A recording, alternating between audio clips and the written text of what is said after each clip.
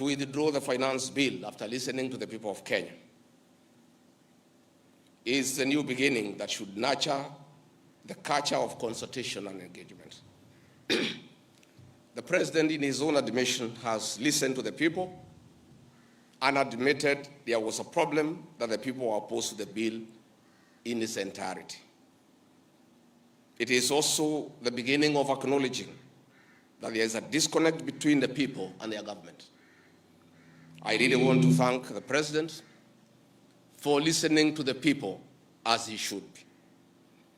The President, myself, and elected leaders are servants of the people. Going forward, this should be the norm, listening to the people. I'm on record for the last 3 months of asking leaders to listen to the ground. And I'm happy that my boss, my president, has listened to the people of Kenya. As a truthful and an honest man, I must acknowledge that we must engage Generation Z and other young people and all Kenyans, including the church, business community, on critical issues facing them. It seems that either we have not listened enough or we have not communicated our intentions effectively, yet many have voiced their concerns. I would like to take this opportunity to ask our leaders to stop the culture of castigating the people with different views and opinions. It is time for leaders to tone down and stop the habit of talking down to the people. And this brings me to the critical issue why I've got this press conference. As Deputy President of the Republic of Kenya, I and President William Ruto were on the ballot and were given a mandate by the people of Kenya directly. I am an elected Deputy President, I'm not appointed. I therefore have a responsibility to the people of Kenya, and that responsibility is informed by my belief that honesty and truth are critical components of leadership. We have lost lives, property destroyed, anarchy, fear, uncertainty. How did we get here? How did we get here? We were just elected the other day as a very popular government. Where did the rain begin to beat us? Where did we stop listening to the people? President William Ruto and I were the darling of the Kenyan people. By listening to them, by engaging them.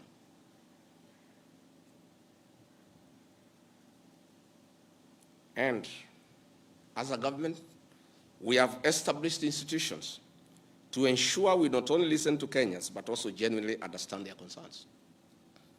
We invest significant resources in these institutions, particularly the National Intelligence Service, for this purpose.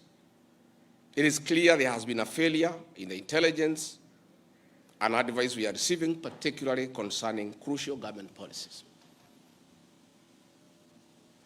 The President of the Republic of Kenya today has admitted that it has come to his attention that the people of Kenya did not want anything to do with the Finance Bill 2024.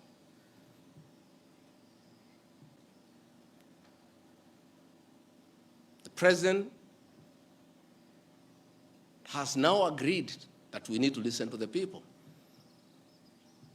And I sympathize with my boss, President William Ruto, because this information was not available to him. I know President William Ruto. Had he known 2 months ago that the people of Kenya did not want anything to do with the Finance Bill 2024, he would not have asked his parliamentary party to push it through. Yet, we have an organization paid by the public to give him and government such information. And that is where the problem is. We have a dysfunctional National Intelligence Service that has exposed the President the government and the people of Kenya. Had the National Intelligence Service briefed the president 2 months ago about how the people of Kenya feel about the Finance Bill 2024, so many Kenyans would not have died. Property would not have been destroyed. Offices would not have been touched. There would have been no mayhem. But they slept on the job. It had to take people to die, property to be destroyed, protests across the country for the president to know the truth of what the people of Kenya feel. Yet, there is an organization paid for by the public to brief the president and the government about the feeling of the Kenyan people. Officers of the National Intelligence Service, officers of the National Police Service have told me in confidence they did not get advance intelligence briefs about the magnitude of the protest. In Eldoret, in Kericho, in Nairobi, in Githurai, in Embu, in Nyeri. Since independence, there has been protests around Parliament. Never have protesters invaded and gotten inside Parliament. Senior officers have told me in confidence they did not have an advance intelligence brief about the intensity of the protest so that they prepare in advance. The National Intelligence Service slept on the job. And the problem is simple. The Director General of the National Intelligence Service, Nuruddin Haji, was a junior officer in the National Intelligence Service before he was appointed as DPP. When he was appointed to the office of the Director General, because of inferiority complex, he chased away all the people who were senior to him when he was in the service, therefore crippling the capacity of that service and making it dysfunctional. 3 directors were chased away and reassigned to desk jobs in ministries across government. 13 assistant directors, men and women with proven track record of intelligence collection and analysis, were removed from the National Intelligence Service, leaving a shell under a clueless Director General who has no capacity to run the organization. And that is why the security sector was caught off guard by the intensity, the anger of the Kenyan people, the agitation of the Kenyan people, the resilience of the Kenyan people. Had Nuruddin Haji done his job, we will not be where we are today. He has no capacity. He is out of the country most of the time on business trips. The country is on its own. My boss, President William Ruto, is exposed that he has to back down and admit that he has hurt the people of Kenya. Yet this matter has been in public domain for the last 2 months. I want to say that Nuruddin Haji must take responsibility for the deaths that occurred. He must take responsibility for the mayhem. He must take responsibility for failing President William Ruto. He must take responsibility for failing the government of the Republic of Kenya. He must take responsibility for failing the Kenyan nation by not doing his job and advising correctly. And he must do the honorable thing, not just take responsibility, but resign from that office and allow the president to pick a competent Director General. I want to request President William Ruto to consider, as a matter of urgency, to recall the 3 directors who are removed from the service and the 13 assistant directors to come and help reconstruct the service and get sanity back to the National Intelligence Service to serve the president, the government, and the people of Kenya. President William Ruto deserves better. He deserves a Director General who knows what he's doing. He deserves a National Intelligence Service that is effective and that can analyze situations and keep him and the government informed on what is going on. It is embarrassing to me as Deputy President that it has taken protests, deaths, mayhem, destruction for the president to know the truth, yet there is an organization charged with that responsibility. I have publicly stated that under this administration, Kenyans are free to criticize the government without fear of reprisal and state agencies. This was a promise made by both the president and I when we were sworn in. I want to call upon overzealous heads of security agencies not to be tempted to use the criminal justice system to manage politics. Let us manage politics the conventional way, through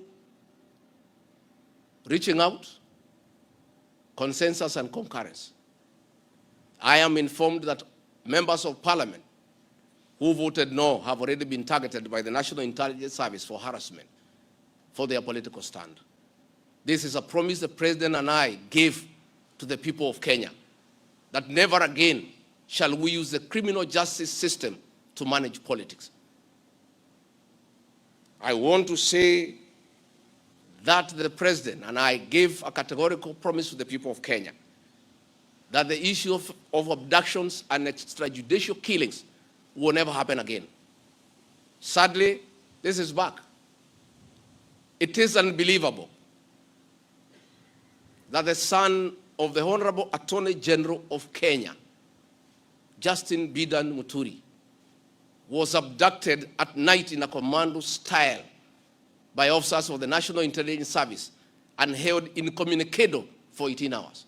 Yet, that is the Honorable Attorney General of the Republic of Kenya. What will happen to other Kenyans? I want to ask our law enforcement agencies to dignify the president and I before the people of Kenya and not backtrack on the promises we made to the people of Kenya, that we shall never again use the criminal justice system to manage politics.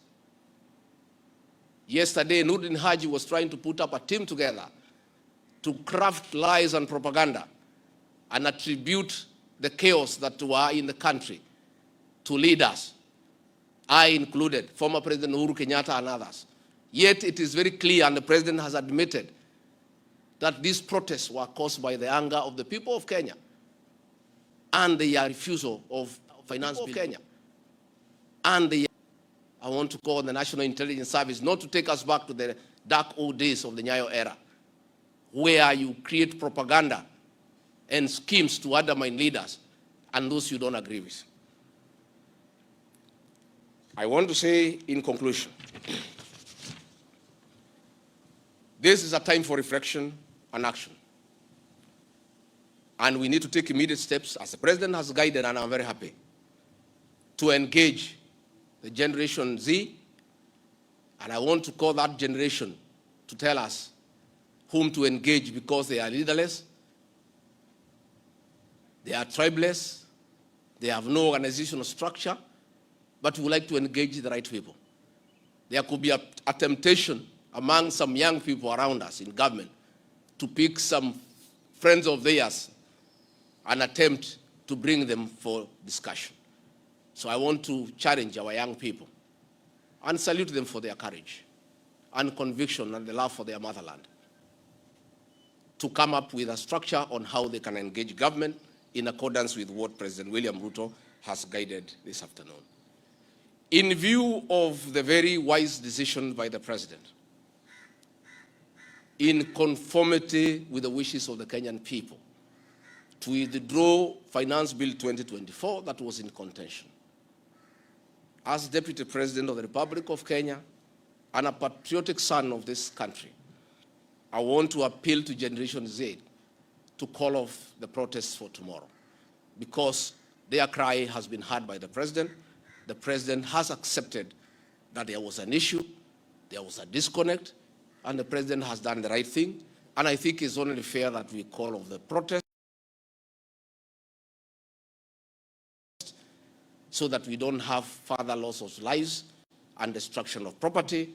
It's an appeal that I've made as a father, as a parent, to our young children. We love you, we respect you. Please, I beseech you as your father, now that the president has given in and accepted to go with the wishes of the Kenyan people, please, my sons and daughters, I plead with you, to save lives, to save bloodshed, to save loss of property and lives. My sons, my daughters, please make an announcement this evening and call off the protest. And then we can begin the process of truthful engagement with the Kenyan people. We can begin an honest conversation on how to work on our country. Finally, I want to ask the President and our government to consider a plan on how to help those families that lost their livelihoods as a result of lack of proper advice by the National Intelligence Service. All these things happened because of government failure. It should never happen. Let us see how to compensate those families, those who are dead. We help those who are in hospital with bills, and we help to bury them. Again, I want to ask Kenyans not to punish members of parliament for the stand that they took. A government is formed by a political party. Once a government has a program in parliament and decides it is good for the people, members of parliament from that party must toe the line. I don't want you to punish our members of parliament. They just did what is right in terms of our political formation. Allow them to be. Allow them to support their government, because that's why they were elected as members of the government party. Let us not harass them. Let us not abuse them. Let us not attack their properties. They were just doing what the government wanted. And now that the government has decided to do the right thing, I think we should close that chapter. And if you have a problem with your member of parliament over this matter or any other matter, you will have an opportunity at the right time to punish that member of parliament or affirm he or her by re-electing him or her. And if we do that, it will be good for this country. Finally, I also want to ask the President to consider the issues of the demolitions of houses along Nairobi River. Houses that had approved building plans, built on land with title deed, were demolished, and only a compensation of 10,000 was given, which is unacceptable and unfair. Let us consider any landowner who had a genuine title, who had constructed a house that had been approved by the city authorities for compensation, because it's good to be fair. I really want to thank you and ask the people of Kenya to keep peace and to love one another. Now that this matter of Finance Bill 2024 has been settled, let us all go back to work. Let us be peaceful. Let us not be violent. Let us not talk at each other.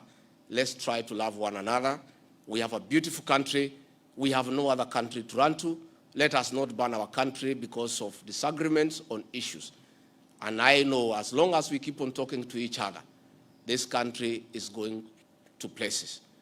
As Deputy President and Principal Assistant to President William Ruto, again, I want to affirm to the people of Kenya that I will continue helping the President to discharge his duties in the management of the affairs of this country.